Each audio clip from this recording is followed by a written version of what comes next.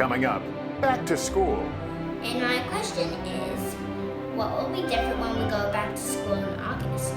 From temperature checks to masks, we'll take a look at some of the new safety measures in place for students, teachers, and staff heading back to the classroom.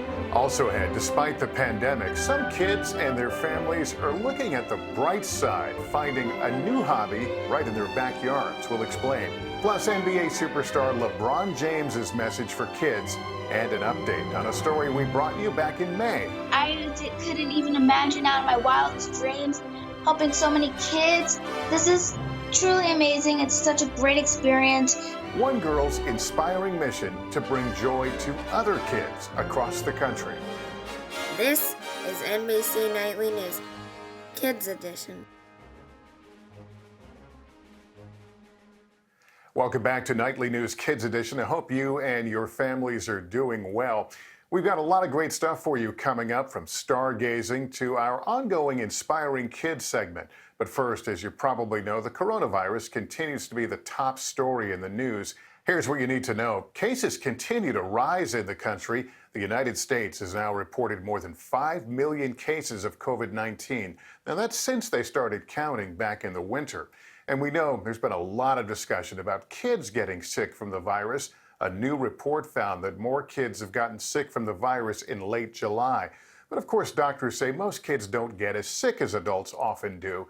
But again, it's just a reminder as to why experts continue to say everybody needs to be careful and safe.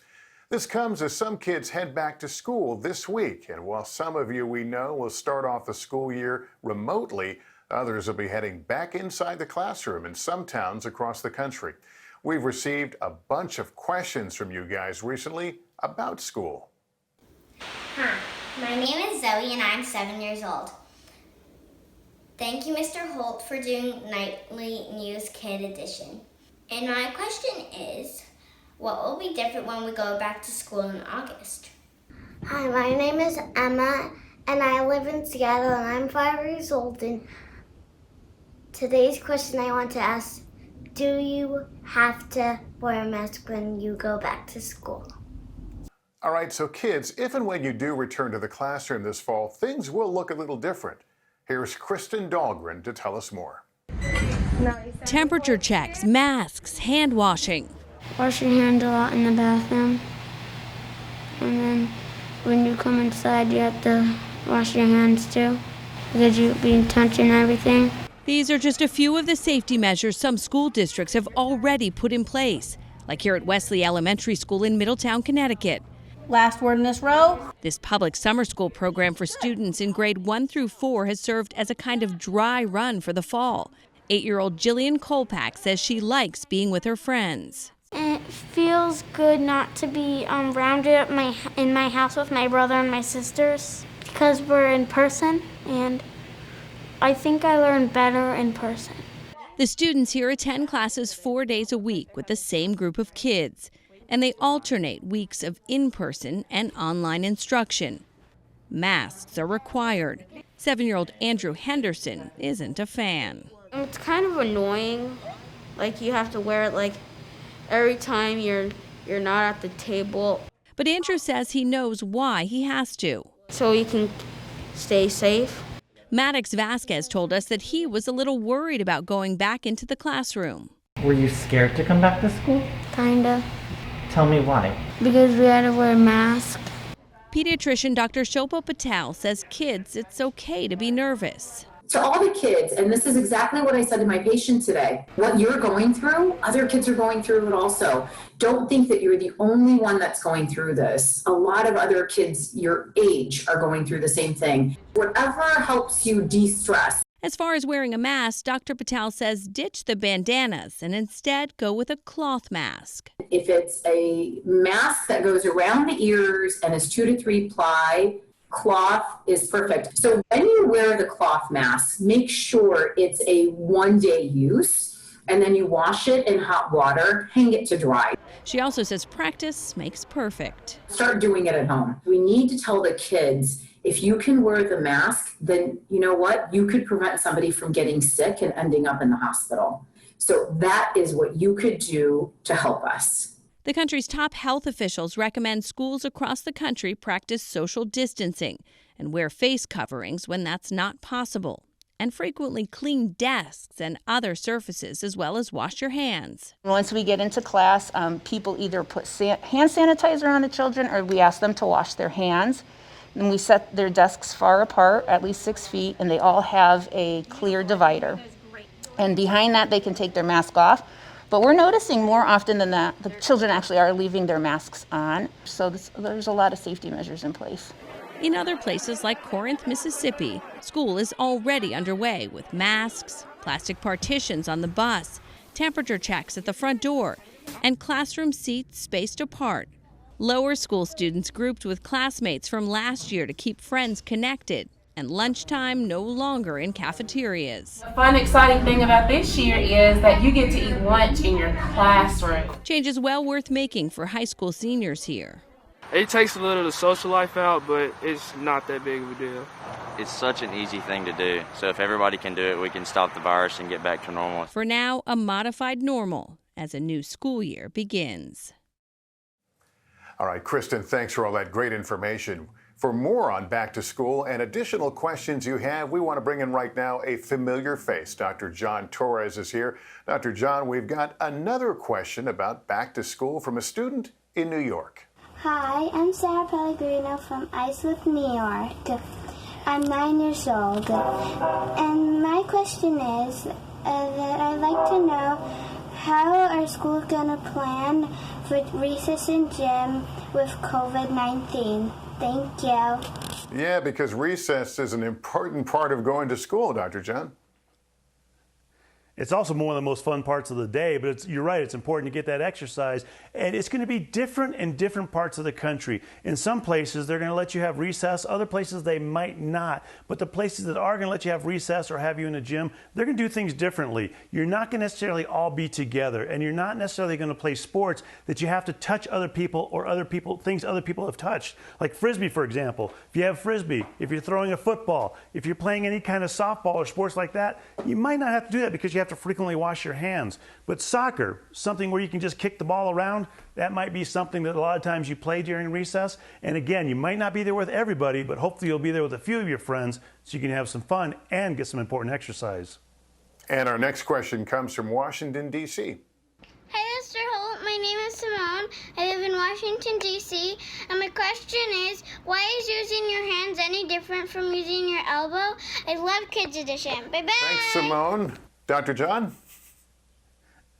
Yeah, that's a great question because they're both part of our arms, but the main difference is, and I think the reason she's asking this question is because we always say, don't touch your face until you make sure you wash your hands, and wash your hands a lot of times during the day so you don't get germs onto your face and into your body. But the main difference is we use our hands a lot for all sorts of things we do. If we're writing stuff, if we're drinking out of a cup, we're constantly using our hands and then touching our face. If you think about your elbow might get dirty too, but you really can't touch your face with your elbow, so you don't have to worry too much about it. But definitely, when you take a shower or a bath, make sure you wash your elbows as well. But during the day, focus on your hands. All right, Dr. John Torres, thanks. I know everybody has a ton of questions about back to school. Well, speaking of back to school, basketball superstar LeBron James has something fun for you guys off the court. The NBA champion is now the author of I Promise. It's a children's book he hopes will uplift kids just like you. In his book, LeBron hopes to share his message that your future starts with the promises you make today. I promise to go to school and read as much as I can, to follow the rules and respect the game plan, to be courageous, to be free, to strive for greatness. I promise. I promise to be me. I'm LeBron James. And LeBron says he wants every kid to see themselves in his new book. We turn now to an inspiring girl with a big heart. We first introduce you to Chelsea Fair back in May. At age 10, she started Chelsea's Charity in an effort to spread joy to other kids. Since the pandemic hit, she's donated hundreds of art kits to kids in homeless shelters and foster care homes across the country. The bags are filled with everything from crayons to paper to glue to bring some hope and comfort. Today marks a big day for Chelsea, and Chelsea Fair joins us with an update. And Chelsea, I'm going to give it away. Your birthday, you're turning 11 years old. That also makes it the 1-year anniversary for when you had the idea for this and had people donate art kits instead of presents. Tell me what your 11th birthday is bringing. Well, my 11th birthday, as you said, is bringing the 1-year anniversary of Chelsea's charity. We are giving out 500 art kits to 11 different sites for my 11th birthday. And then with the 500, we're going to get to the 4,000 mark, which is amazing. It is crazy amazing. When I talked to you just a few months ago, it seemed like this was just starting out. Has this gone bigger than you imagined? And how are you managing to do it all? Way bigger than I ever could have hoped for. Couldn't even imagine out in my wildest dreams helping so many kids. This is truly amazing. It's such a great experience. The best part is learning about how I'm inspiring other kids and how other kids are taking a stand and finding a need and reflecting on the things they have and giving it back to others. And they email me saying, "Oh, Chelsea, I'm starting a new project. Thank you so much for teaching me that no matter how young or how old I am, I can make a difference." That's great. And then the kids you're helping who are getting these art kits, are you hearing from them as well?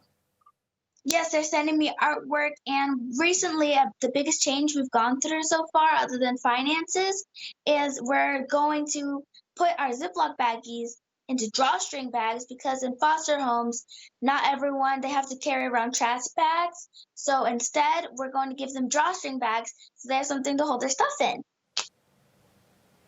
You are terrific. What's your message to kids before we let you go?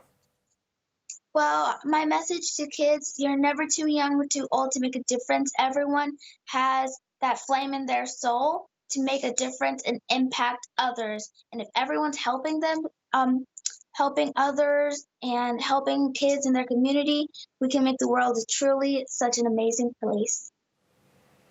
That's a great goal and a great message. Chelsea Fair, really fun to catch up with you. We're so excited this has become as successful as it has.